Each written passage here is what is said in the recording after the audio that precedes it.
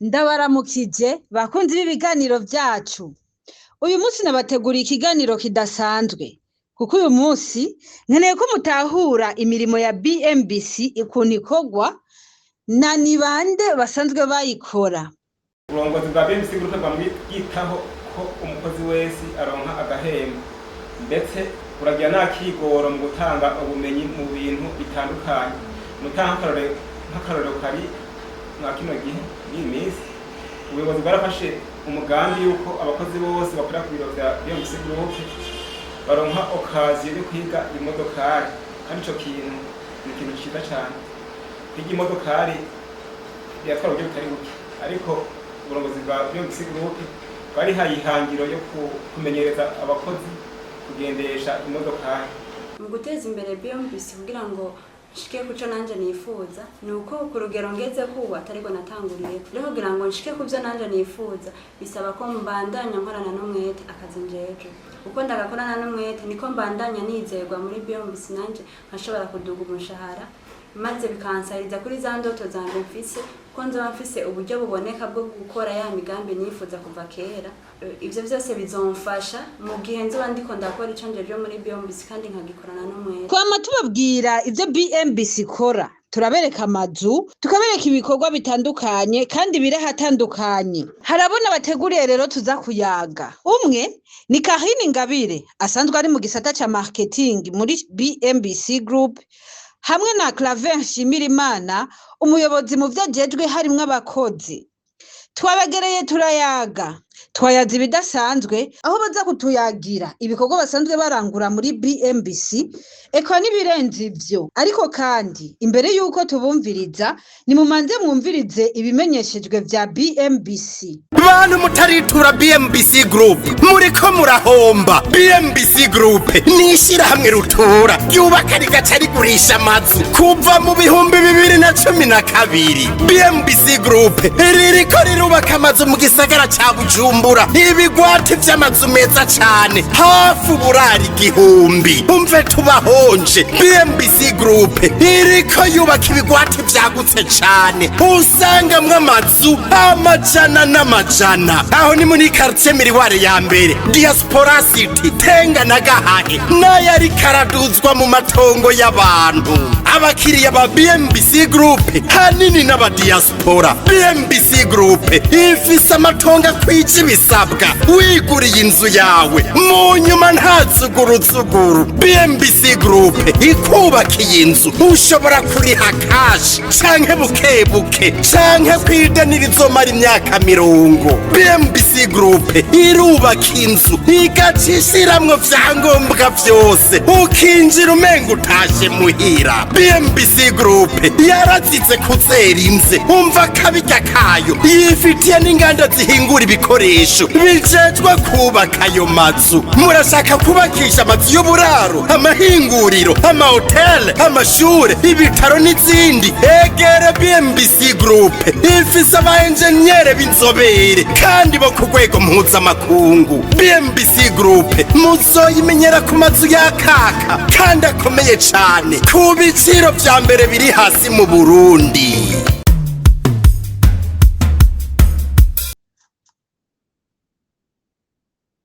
Bakunzi bacu namwe bakiriya mutwitura uko bukeye uko bwije, mumenye yuko igihe cyose mutwituye muba mugize amahitamwo meza, kandi uburyo bwose mutanga mukabuhereza BMBC ngo ibubakire. Mumenye neza ko hariho imiryango myinshi muba mufashe mu migongo, kuko hari abantu benshi BMBC itunze biciye mu kubaha akazi, uko bigatuma musahiriza mu buzima bwabo bwa misi yose. Muri kino kiganiro rero nimwumvirize ivyo bayaga igihe bamaze muri BMBC, ico bahakuye n'ivyo bahabonye. Amazina yanje nitwa Claver Nshimirimana, umuyobozi ajejwe abakozi ishamwe BMBC Group. BMBC Group ni ishirahamwe ryagutse rikoramwo abakozi benshi, namwe muri mbega ngo dusangiza gato incamake y'urugendo rwanyu muri BMBC, iki mwahungukiye, iki ni intambwe ye mwateka mwagatangura ngaha kugeza kuri basa. Bakoze cyane nk'uko bivuze BMBC Group ni ishirahamwe ryagutse. ishirahamwe ryagutse rigizwe n'amashirahamwe yandi atandukanye agera kuri 12. Hanyuma nk'uko bimbajije ego byashike muri BMBC Group harabaye intambwe nagiye ratera, novuga nti ahandi uyu munsi siho natanguriye bwa mbere ko ninjira muri BMBC. Kuva ngeze amashuri sinashotse ndonka akazi nkora byoroshe, narakoze ubundi buzi busanzwe bwajyanye no gupagasa kugira nti, hanyuma mu nyuma ninjira mu bijyanye no gukora ku mashanisha mu BMBC Group. Aho hari mu mwaka w'ibihumbi 2018 icyo gihe nakora muri shantiye imwe y'ishyirahamwe BMBC Group nkora nk'umuyede nuva mu Kirundi bajya bafasha abafundi kukazi nahereka ko bwa mbere. Mu nyuma nabonye yuko kuba umuyede atariho noguma kuvuga nti reka nanje niyige bijyanye no kubaka amazu nkoresheje ibikoresho byo kubaka bisanzwe, kuvuga umwuko, inivo, kubaka nkaduza ibihome, nkagira amakoraje n'ibindi gutyo gutyo, ndashyiramo umwete ndatera imbere, hama baranyatira mu mufundi. Mu nyuma yaho nkora ku mashanti, ariko harageze igihe abonye ko nitanga barangomwe baravuga bati uyu muntu ko ariko arakora ku mashanti kandi akaba afise na mikoro, novuga nti nivo mu bijyanye n'ubumenyi by'amashuri ndaza kwinyuza gukora ku biro, haramitse gukora mu mashini ku bigo bitandukanye byo mu biro, aho nyine yabona ko mfise ubushobozi, hama banzeza kurongora abakozi. Rero kuva mu mwaka w'ibihumbi 2022 nari umuyobozi ajejwe abakozi kugera uyu munsi tuvuga nakoze. Mbega abakozi urongoye ubona hari intambwe batera kubera mwatubwire ko mwahereye muri abarebu mukaba mugeze kuba kurongora abandi bakozi bose muri rusange, kuko uravugira abakozi ukavugira n'ishirahamwe muri rusange. Niyo migendere iri hagati y'abakozi ba BMBC b'ishirahamwe BMBC hamwe n'ubuyobozi bwa BMBC, mbese hari ubusabane barahuza, imigendere ifashe gute muri make? Kuko umuntu avuze ngo mpungutse ntiyunguka uburyo bw'amafaranga gusa, arunguka uburyo emotionel, akaronka inshuti, akaronka abagenzi, akaronka morale, akaronka nayo amafaranga ko yabaja arondera. Mbega hagati ya BMBC ishami BMBC hamwe n'abakozi baryo byifashe gute ivyerekeye imigenderanire? Nk'umuntu ajejwe abakozi mu ishami BMBC Group, novuga nti nabijyanye n'akazi dukora kaduha inyungu mu buryo butandukanye. Aha ni mwabibonye yuko abantu benshi birukangwa baca hirya no hino kugira ngo baronke akazi, kandi baratsinda akazi batuma umuntu abaho neza. Kuvuga umuntu iyo afise akazi arikenura mu buryo butandukanye, arigurira ibyangombwa nk'impuzu, ibyo kurya, arariha inzu, arafasha umuryango, aritaho ibibondo vyiwe, hanyuma afasha n'igihugu.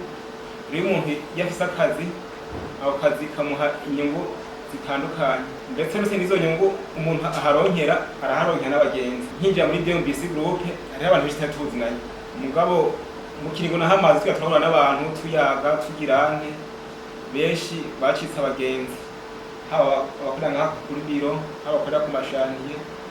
Novuga nti umuntu akorera mu ishirahamwe muri society ntaba kibaye nyamwigenda, aba afise abagenzi. Hanyuma ikindi novuga, akazi karasahiriza umuntu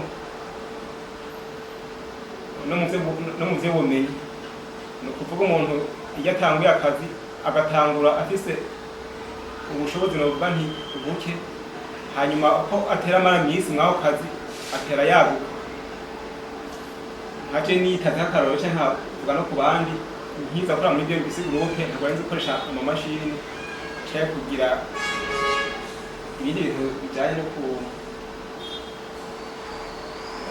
n'ibikorwa ku mamashini zirayizi, ariko nagiye ndavyiga buhoro buhoro mpaka ndabimenye. Rero nateye imbere mu bijanye n'ubumenyi, hanyuma ndetse no ku bandi bakozi nabo nyene bigenda mwene uko nyene. Novuga nti nk'abakozi benshi dukoresha ngaha kuri biro abo twakira benshi baba baciye ku matele. Umukozi dushaka kuri biro benshi baza bavuye ku matele. Kuri tele iyo umuntu ahabaye twaguse akaryo ko kubona ubushobozi bwiwe. Tubonye umuntu akerebutse abonye afite amahirwe kubera kuri cyane akamakazi kazi basumba akarakora bwa mbere. Bakoze tugiye tubanije kuvuga ku byerekeye ishyirahamwe rifise abakozi mbega abangahe muri rusange? ngo ishyirahamwe rifise abakozi batari bake. Ishyirahamwe rya BMBC Group rirafise abakozi bakora se amakontra zona y'akazi bagera nko kuri 85. Hanyuma rihajyana n'abakozi bakorera ku mashantiye abona banki bakora buri munsi bagenda barahindagurika bivanye n'ibihe. Abo nabo kenshi usanga baba 800 mu gihumbi bivanye n'akazi kari ku mashantiye. Uwahe mugambi BMBC itegurira abakozi bayo cece n'abakiriya bayo? Urumva BMBC tubona benshi bava mu bihugu bitandukanye, mbega ko muri uwo myaka 5 BMBC kuri userukira abakozi iki nifuza BMBC yokorera abakozi kugira ngo ushobore kubashimisha ni ikindi kintu naco BMBC ikora kugira ngo abakozi bayo bayigume kuko hari usanga tuvuga ko usanga agenda stability ya BMBC iraterwa n'ukuntu badufata ndetse mutegekanya nk'umuyobozi aserukira abakozi. Nk'umuyobozi aserukira abakozi BMBC Group yamiri ku kivu hari no bantu mujyanye no gutanga ubumenyi hama no gutanga no bantu agahembo muri BMBC Group avango sinahembo. Uburongozi bwa BMBC Group bwamwitaho ko umukozi wese aronka agahembo ndetse uragira nakigoro mu gutanga ubumenyi mu bintu bitandukanye. Mutanga nk'akarorero kari mwa kino gihe y'imisi ubuyobozi bwarafashe umugambi yuko abakozi bose bakorera ku biro bya BMBC Group baronka okaziyo yo kwiga imodokari, kandi ico kintu ni ikintu ciza cyane. Kwiga imodokari byatwara uburyo butari buke, ariko uburongozi bwa BMBC Group bari hayihangiro yo kumenyereza abakozi kugendesha imodokari. Nawe kubwawe ni igihushima kuri BMBC amajambo n'ubwo gushoye gusoze? Ku ruhande rwanje BMBC Group ndashimira byimba mutima. BMBC Group nayinjiyemo nkiri umusore, mubyaye abana 2, sinigeze ntunze n'abana 2.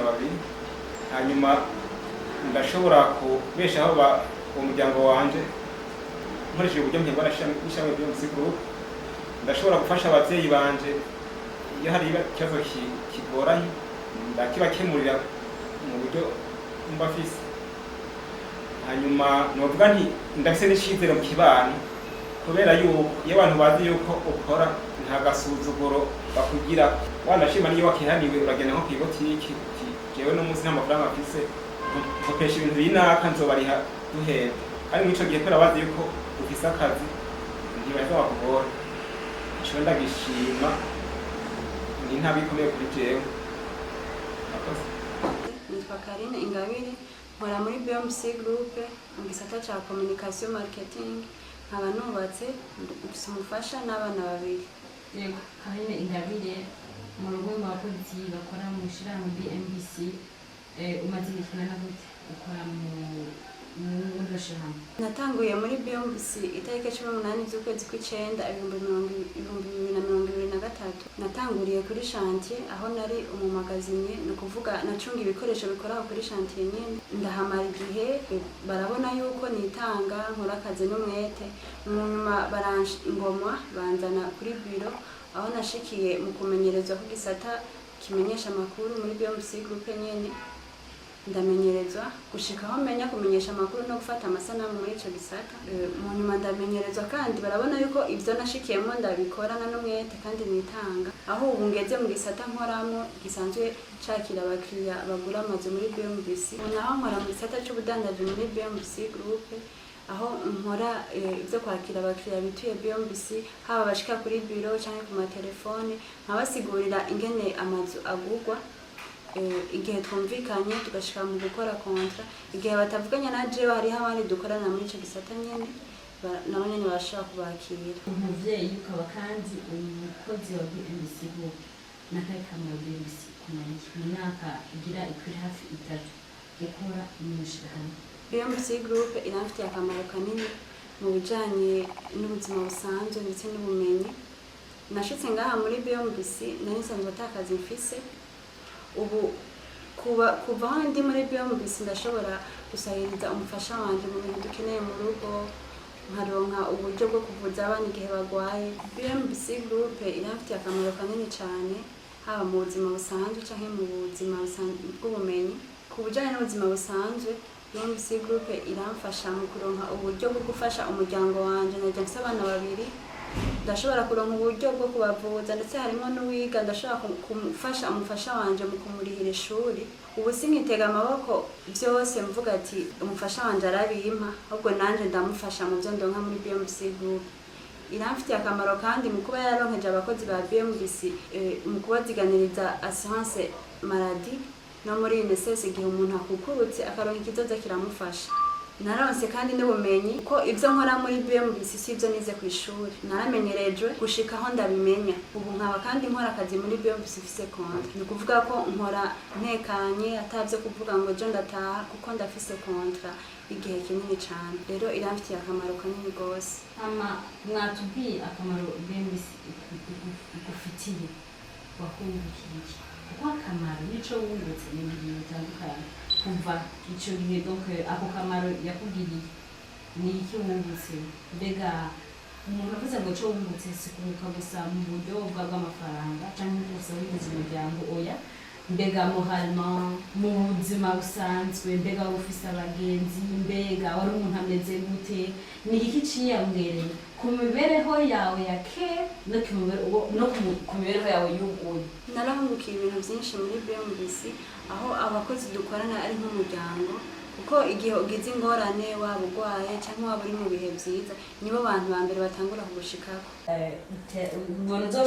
Uzogeza kw'iterambere iryahe entreprise ukorera? Ni ukuvuga BMBC bivanye n'ibikorwa uyikorera, ubona uzoyishikana ku ndoto zayo, haba gutera imbere kugira ngo namwe mushobore gutera imbere, kuko ishyirahamwe riteye imbere namwe muzogutera imbere.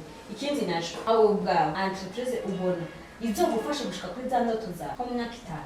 Mbega za ndoto wafise ukiri umwana, ubona uzozishikako bivanye na service uha BMBC n'abayitura, ubona uzoshobora gushika ku ndoto zawe nawe BMBC ukayiteza gute? Mu guteza imbere BMBC kugira ngo nshike kuco nanje nifuza, nuko ku rugero ngeze kuba atariko natanguriye. Rero kugira ngo nshike kuvyo nanje nifuza bisaba ko mbandanya nkorana n'umwete akazi njeje. Uko ndagakorana n'umwete niko mbandanya nizerwa muri BMBC nanje nkashobora kuduga umushahara, maze bikansahiriza kuri za ndoto zanje mfise, ko nzoba mfise uburyo buboneka bwo gukora ya migambi nifuza kuva kera.